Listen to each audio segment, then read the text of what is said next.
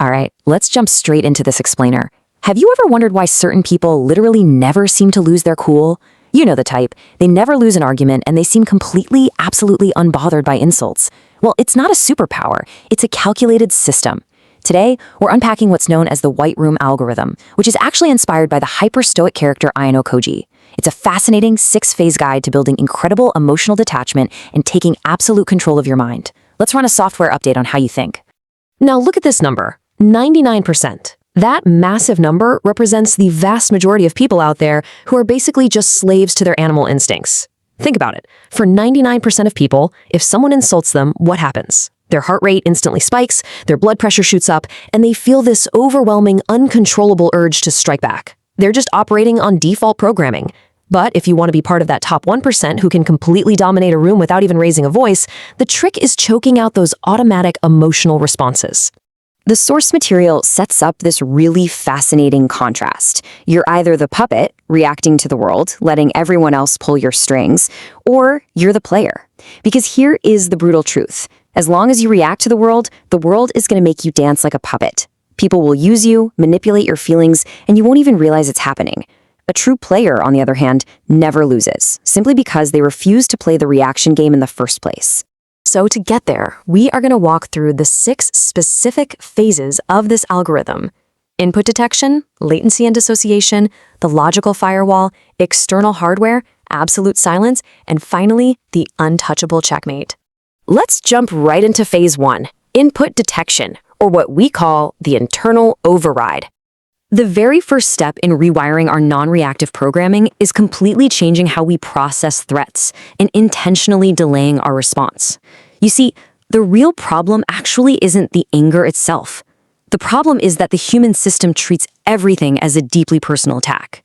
Someone disrespects you, and your brain instantly screams, "Wait, how dare they hurt me?" And the exact moment that happens, game over. You've already lost. So the absolutely crucial point here is viewing an angry person the exact same way you'd view a barking dog. It's just a creature making noise. It's nothing to take personally. Think about it. When a dog barks at you on the street, do you get deeply offended? Do you stand there and yell back at the dog? No, you just think, oh, it's an animal making a loud sound. We have to apply that exact same lens to human beings. When someone screams at you, don't think they're angry at you. Just observe them and think, fascinating. Their vocal cords are vibrating rapidly, their blood pressure is rising, and they are losing control. Instead of falling into the trap of that stimulus-response game, you enforce a terrifying 3 seconds of absolute stillness. You just look at them with mere curiosity, kind of like you're studying bacteria under a microscope. Average humans have a reaction time of about 0.1 seconds when they get insulted. It's literally an animal reflex. You have to stretch that out.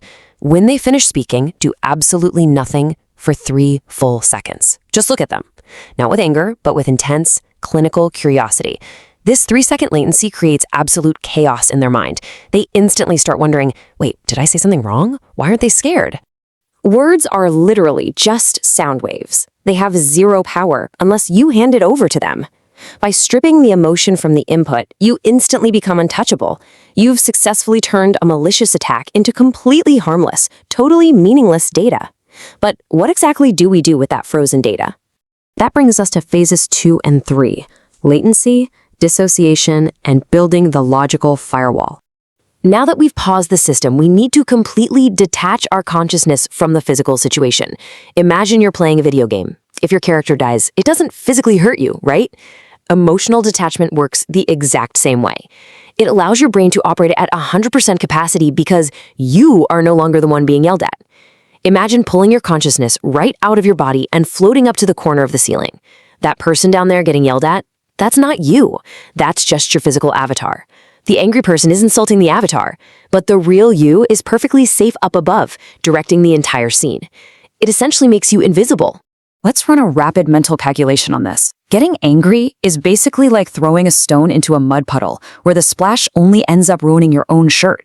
Now that you're thinking logically instead of emotionally, do the math. If you yell back, your cortisol spikes, you lose your focus, and you make zero profit. It's a massive loss. But if you just walk away or walk around that mud, you stay perfectly clean. And that is 100% profit. Anger is an incredibly expensive investment. The algorithm reveals that 99% of the time, arguing with an angry person is a terrible trade that's only going to drain your energy. People seem to think getting angry is free. It's absolutely not. It costs your cortisol levels, it completely destroys your focus, and it reveals your cards to your opponent. Would you ever put money into a stock that is guaranteed to crash? No way. So make the calculation, take the profit, and just refuse to engage.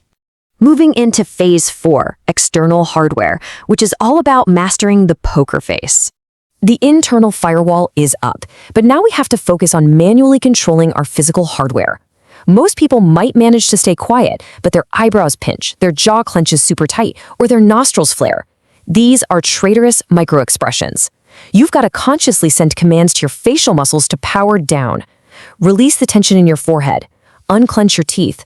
Let your face become a completely blank, totally unreadable slate. The anime community actually calls this having dead eyes.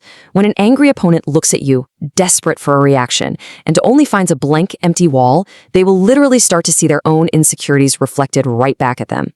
Having dead eyes doesn't mean you look sleepy. It means you're making direct eye contact, but the light of emotion is entirely switched off. You aren't judging them. You aren't scared of them. You are just empty. Let me tell you, it is incredibly intimidating to scream at a blank wall. Okay, phase 5, absolute silence, the output. We've defended perfectly, and now, without even raising a hand, we initiate the counterattack. Human beings absolutely loathe silence. It is physically uncomfortable for them. By holding that heavy silence after they finish venting, a mental vacuum opens up in the room. They'll become incredibly awkward, their brain will completely panic, and to fill that terrifying silence, they're going to start rambling, over-explaining, spitting out excuses, or even revealing their own secrets. And when you finally do speak, only use devastatingly short questions, like this one. How? If they scream, "This is all your fault," you just stare at them with those dead eyes and softly ask, "How?" Boom. You flip the entire dynamic. They're no longer on the attack. Suddenly, they're desperately trying to justify themselves to you. You've utterly destroyed their momentum and broken their game. And finally, we reach phase 6, the untouchable checkmate. System update complete. Just look at the stark contrast in this victory. They've lost absolutely everything in this exchange, while you haven't taken a single point of damage. They're sweating, their image in front of everyone is completely ruined because they lost their temper, and they are emotionally exhausted. Meanwhile, your heartbeat is resting perfectly, your energy is completely preserved, and metaphorically speaking, your shirt doesn't have a single drop of mud on it. This is where many people fail, by gloating. Don't do that. Instead, don't even look at them with disgust. Look at them with gentle pity.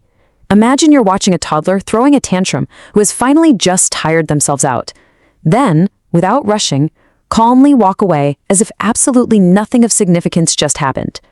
Leave them alone with their chaotic thoughts. They'll obsess over you all night, while you honestly won't even remember they exist. By never giving them the reaction they so desperately crave, you prove that they simply do not matter. The world is always going to try to control you. People are going to try to push your buttons to make you dance to their tune. But when you apply this algorithm, you step entirely out of their reach. True victory is remaining entirely untouchable. You become a total ghost to their negativity. I really hope this explainer has given you the exact steps you need to kill your reactive instincts and become a true master of your own mind. We've completely decoded how shifting your perspective from an emotional participant to a logical director can permanently shield you from the chaos of others. So the very next time someone tries to pull your strings, freeze the data and ask yourself, are you going to remain their puppet, or are you